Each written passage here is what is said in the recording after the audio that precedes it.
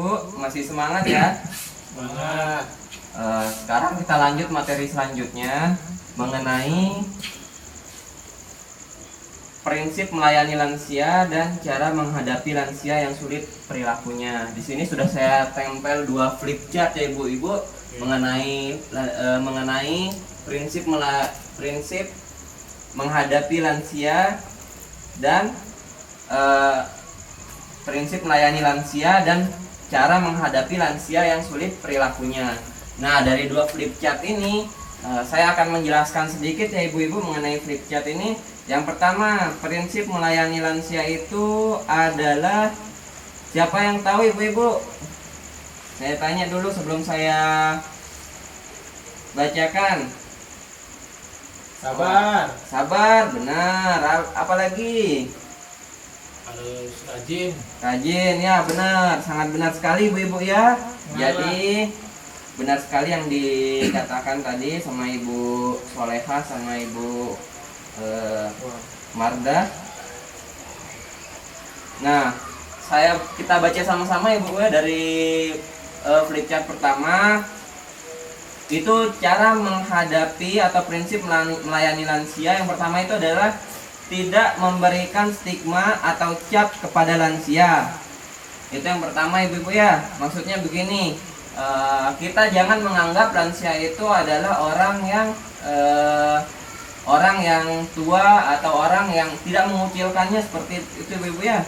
Nah, yang kedua itu tidak mengucilkannya, menghindari sikap sensitif, misalnya mudah marah, tersinggung, karena memang orang yang sudah umurnya lanjut usia itu biasanya membawa perilaku-perilaku di masa kecilnya seperti dia kecil kembali gitu. Jadi tidak benar katanya kalau kata orang itu antara orang tua sama orang atau anak bayi itu biasanya perilakunya tidak jauh beda begitu ibu-ibu, 11-12.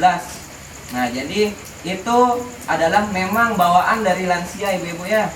Terus yang ketiga adalah tidak membesar-besarkan masalah ya. Keempat, menghindari sikap belas kasihan yang berlebihan. Kelima, kemandirian, memberi kesempatan pada lansia menunjukkan kemampuannya.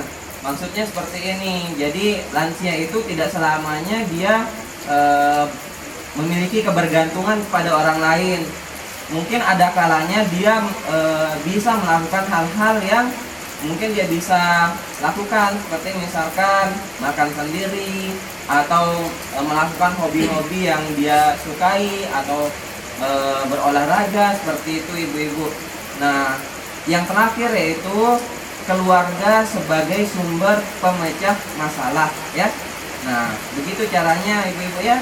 Jadi kalau ada di rumahnya yang memiliki orang tua atau orang yang sudah lanjut usia, maka prinsip yang saya jelaskan tadi itu coba diterapkan ya ibu-ibu, karena prinsip-prinsip ini adalah dasar kita dalam melayani lansia. Seperti itu ibu-ibu.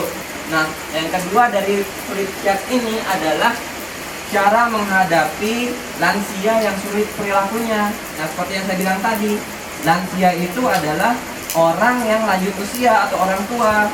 Nah, orang tua ini biasanya atau kadang-kadang perilakunya itu seperti anak kecil. Nah, anak kecil itu kan biasanya mudah ngambek.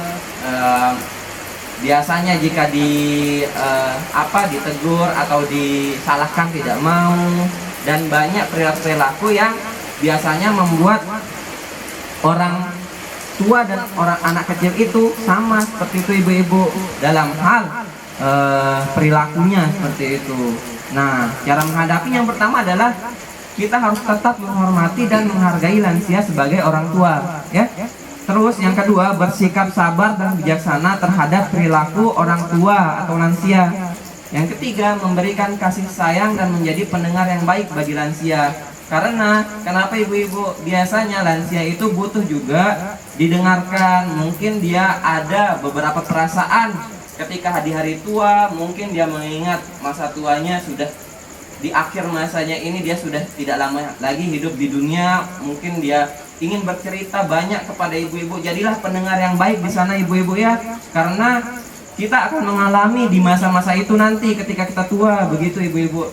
Terus melakukan pendekatan pribadi, misalnya dengan meminta nasihat pada orang tua ya. Jadi supaya dia merasa dihargai, orang tua kita merasa dihargai, seperti itu ibu-ibu.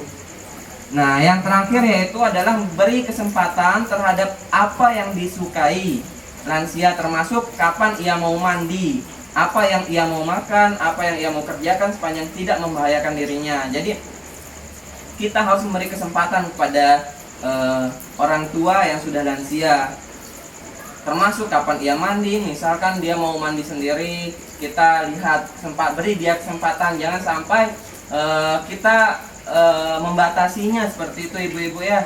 Nah, dan apa yang ia mau makan, misalkan dia mau makan beberapa makanan yang mungkin kelihatan enak di mulutnya, maka kita harus memberi kesempatan kepada lansia tersebut.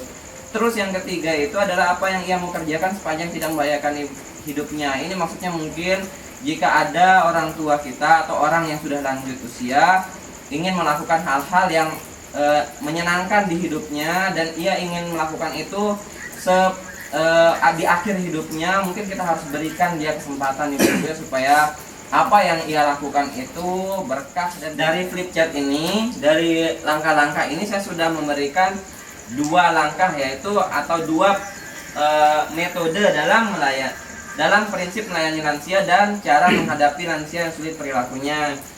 Terus yang harus kita pahami adalah tiap lansia dapat saja mengalami permasalahan yang sama, namun berbeda penanganannya. Jadi tidak selamanya penanganan yang saya sudah jelaskan tadi ini berlaku untuk semua lansia. Mungkin ada lansia yang memang perilakunya khusus seperti itu ibu-ibu. Terus penanganan permasalahan disesuaikan dengan tipe lansia dan disesuaikan dengan kondisi lansia secara fisik maupun psikisnya. Nah, seperti itu ibu-ibu ya. Penjelasan ini saya rasa sudah jelas dan sudah ringkas. Ini sudah dibuat oleh pakarnya dan kita coba terapkan dia di rumah. Kemungkinan ada dari ibu-ibu semua yang memiliki lansia. Semoga dengan penerapan ini orang tua kita di rumah atau orang yang sudah lansia bisa perilakunya lebih baik lagi dan menjadi orang tua yang lebih baik dan berguna bagi nusa dan bangsa. Demikian dari saya ibu-ibu. Materi selanjutnya mungkin akan disampaikan oleh pendamping berikutnya. Sekian dari saya. Assalamualaikum warahmatullahi wabarakatuh. Harus kado rompi ya? Untuk terus maju membangun Indonesia, ku persembahkan